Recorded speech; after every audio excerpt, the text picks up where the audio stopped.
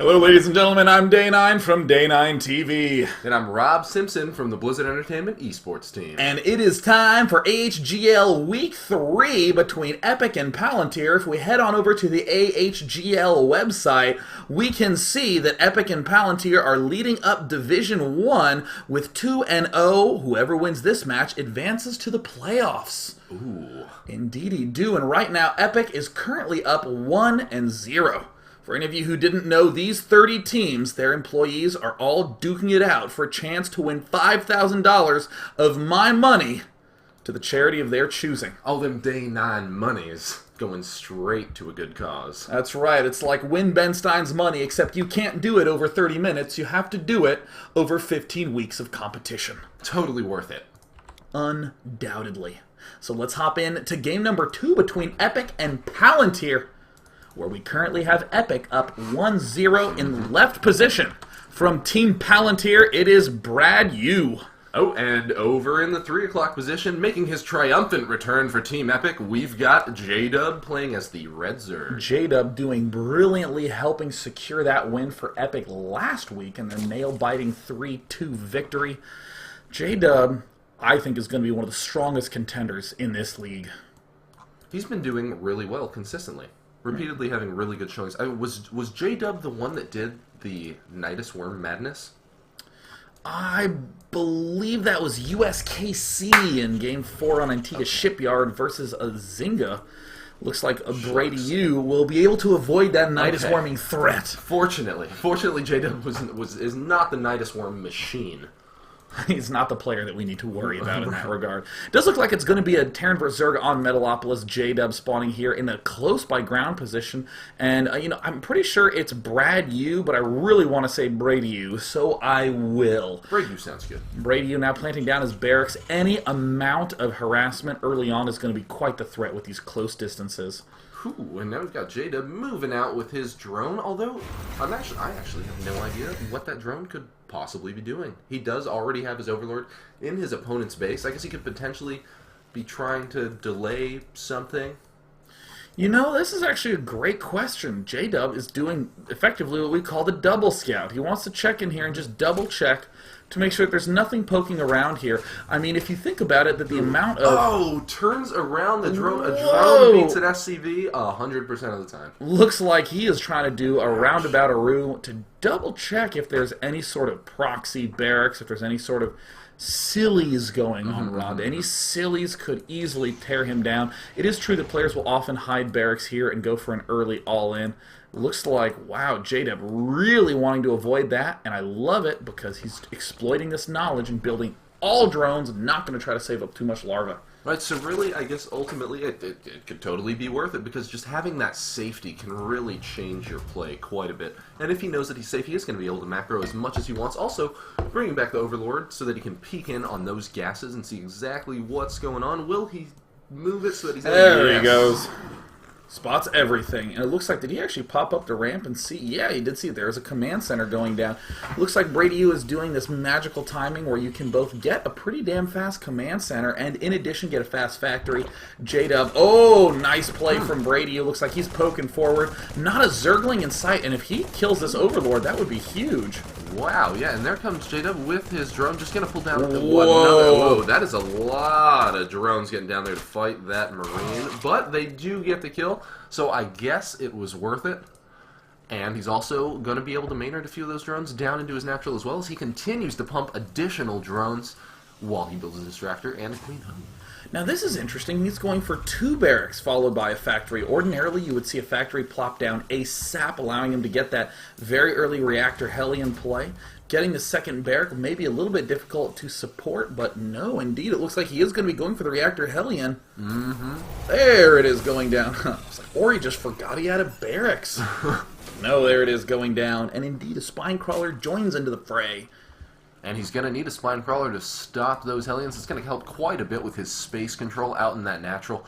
Now, I have to say I've been playing quite a bit of Mono Battle since we talked about it. because it's actually incredibly fun all the time. That is true. Well, tell us a little bit about your mono battle experience and what sort of insights you learned from mono battles that apply to this match that we're seeing right now. Most recently, that Hellions are absolutely silly in large numbers. That is undoubtedly true, because no matter how many units you have and how good of an arc you have, when you're against max Hellions, you're always lining up. Yeah, you are. And there we see, it looks like Brady, you going for a really fast stim upgrade. Ooh, this looks a lot like Empire Costa's ultra fast airplay. He's now getting those Hellions out to control the space. The expansion's going down. Meanwhile, in J-Dub's main, ooh, look at that low energy. Oh my gosh, that is so cool. Keeping on top of them injects. Oh, and then down here, we do see that second queen. I hope we see a creep tumor. Oh, he heard me. There it is going down. Queen lifting up her skirt, going to help that spine crawler expand a little bit.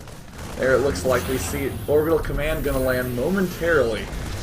There's Brady. He's starting to do the swap off on that barracks. What's he going to be going for? Marines. Well, I mean, is he going to be Marines? Is he going to be going for Marines? I do think that's a strong, effective transition in this matchup. We see the starport now going. Ooh, it looks like he's going for the reactor as well, and an Overlord manages to sneak in and spot absolutely everything. Ooh, well, he is able to get in and get a lot of information right now. He does have enough of enough of a supply ceiling that he is going to be able to lose that. While he replenishes it with yet another Overlord just finishing, he's also going to start his lair now as well. Looks like I love that positioning. A great positioning right here, even leaving the spine crawler on the outside of the wall off. So tempting to plant it inside and use those evolution chamber and roach warrens as a shield, but you have to remember, Terran units aren't melee, so he would just kill those buildings. And this is also very good for helping deflect those Hellions. Our third base going up. I don't think that this Roach Warren is really going to be used too much. It's just to help J-Dub form a little bit stronger of a wall. But I think the big concern is that double medevacs are going to be coming up and causing a drop very quickly in the main base of that epic Zerg. Ooh, and if you get a drop of a full medevac of Marines in your base, it hurts. It hurts a lot if you don't notice it, because, man, Marines are good. Marines do so much damage as they were specifically designed to do. It looks like there's some damage going down on a couple of these units. Ooh, wow. J-Dub finding a nice little window of opportunity. It looks like Brady U was distracted for just a brief period of time. His medevacs are done now. He's got to be a little teensy bit careful. He picks off a quick 3 SCVs, and right now, Brady U, even if he does try to go in for a sneaky drop, that Overlord placement is doing absolutely wonderful for J-Dub. Oh, undoubtedly. That's going to be so great for spotting that early. But will J-Dub be able to spot it in time? Oh, and there's an expansion for J-Dub, doing a great job making sure that he stays just a bit ahead. He is really trying to keep his opponent on his heels. Uh-oh. There's the Baneling cocoon plopping down right now, and the medevac drop at the same time. And it looks like Brady U's attention is right here, and J-Dub's finishing up all of those Banelings. And it looks like the nice response time from J-Dub is going to be enough to deflect. Banelings have not really chosen to do anything, and J-Dub, amazingly, going for Roach speed. Maybe we'll see a transition into a lot of Roaches very soon. He is just about done with his centrifugal hooks upgrade. Centrifugal hooves. Yeah, centrifugal hork is something I researched to eat Thanksgiving dinner. Wow, and so Epic is doing a great job in Game 2 here. Consistently pulling ahead. J-Dub's really good at staying ahead. Oh, yeah. I mean, he hasn't managed to slip behind at all. And it's these little tips and tricks that you can learn from him. Oh, no, he didn't see it. And it looks like he's rolling on in, and there's absolutely nothing there to deflect from that side. And there it manages to take down all the SCVs that are mining. Also picks off a mule as well. And now that Viking has done a great job getting over there and picking off those Overlords that were doing such a great job getting vision. And now, whoa, not sure if that's on purpose. We see a lot of those Overlords now moving away from protection. Oh, this no.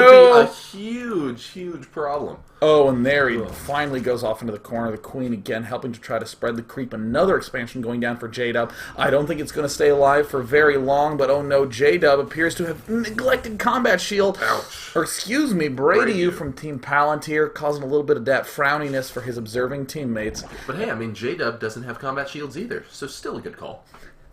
Looks like J-Dub now adding on more Lings and Roaches, as well as Banelings into this mix. A second Evo Chamber. He's going for the all-ground play, very Stefano-esque, avoiding building Mutalisks altogether. And with this gold base rapidly wrapping up, J-Dub's going to get to a huge economic lead. He's also been great with his creep spread as well, so he is able to make awesome use of that ground army, because they're going to move around pretty quick. And really, because we've only seen Brady U on 2 bases, and we know that he's going for a lot of drops, he's going to be able to dominate the ground out on that map.